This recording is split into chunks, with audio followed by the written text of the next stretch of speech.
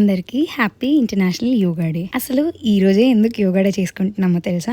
మనం ఉంటున్న ఈ నార్థన్ హెమిస్ఫియర్ లో మిగతా రోజుల కన్నా ఈ రోజు డే టైం అనేది కొంచెం ఎక్స్ట్రా ఉంటుంది అనమాట. సో ఈ ఎక్స్ట్రా ఉన్న టైంలో అంత హెల్త్ బెనిఫిట్స్ ఇచ్చే యోగాని చేస్తే ఇంకా మంచిది కాబట్టి మన ప్రైమ్ మినిస్టర్ యూఎన్కి వెళ్ళి చెప్పి ఇంటర్నేషనల్ యోగా డేగా సెలబ్రేట్ చేస్తున్నాం. అయితే ఎన్నో బెనిఫిట్స్ ఉన్న యోగాకి నేను ఇంకో బెనిఫిట్ చెప్పాలి అనుకుంటున్నా. ఏంటంటే మనము జనరలీ మన వయసును వచ్చి రెండు విధాలుగా చెప్పొచ్చు అనమాట. Chronological age, biological age. అసలు క్రోనలాజికల్ ఏజ్ అంటే ఏంటంటే మనకి ఎన్ని సంవత్సరాలు అవుతుందో అది. ఇప్పుడు మనకి 40 ఏళ్ళు అనుకున్నాం, అదే మన క్రోనలాజికల్ ఏజ్ అవుతుంది అనమాట.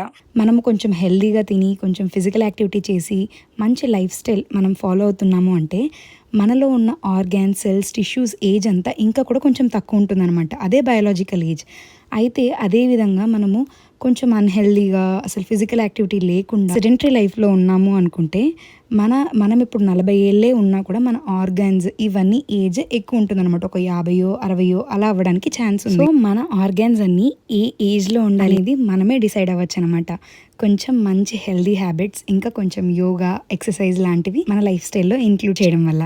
ఇవంతా ఎందుకు చెప్తున్నానంటే మన హెల్త్ కన్నా పెద్ద ఆస్తి ఈ లోకంలో ఇంక ఏదీ లేదు కాబట్టి అందరం యోగా చేసి బ్రహ్మాండంగా జీవిద్దాం. బాయ్.